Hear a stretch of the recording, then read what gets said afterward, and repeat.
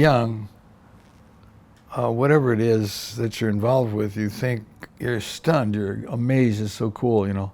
Surfboards were so cool. Hobie made them, man. Del Vilsey made them up north, man.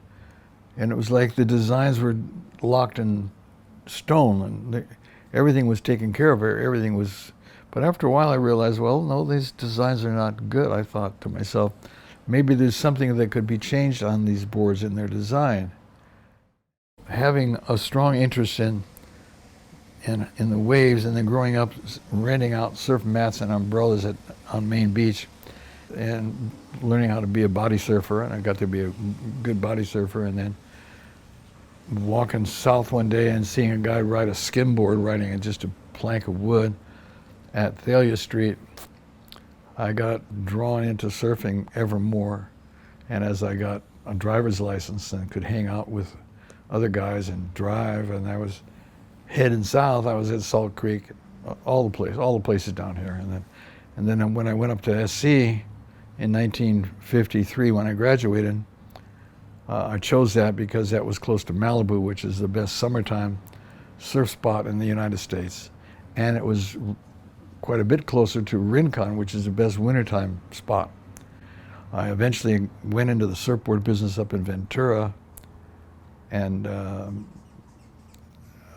which was not that far from Rincon, and developed a lot of surfing accoutrements that have prevailed to this day. I had felt really good with that board on the water, just being out there, just paddling out, and just sitting on the water and feeling the waves under me, you know. A few days later, the surf came up to about 4 feet at a local surf spot.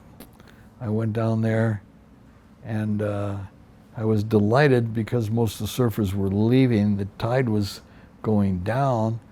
Nobody wants to hit the rocks with their skags or get involved with that.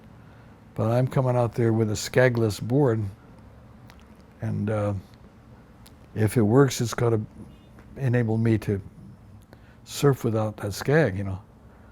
And my first wave, I steered it to the side, I went down the drop, steered it instead of letting it go straight, steered it to the side and just skidded straight.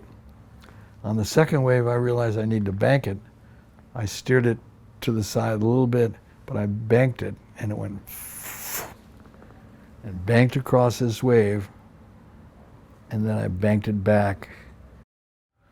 And the thing took over. After a while, the thing took off on its own. You know. I had a very wide, a very extensive experience. I am not some genius.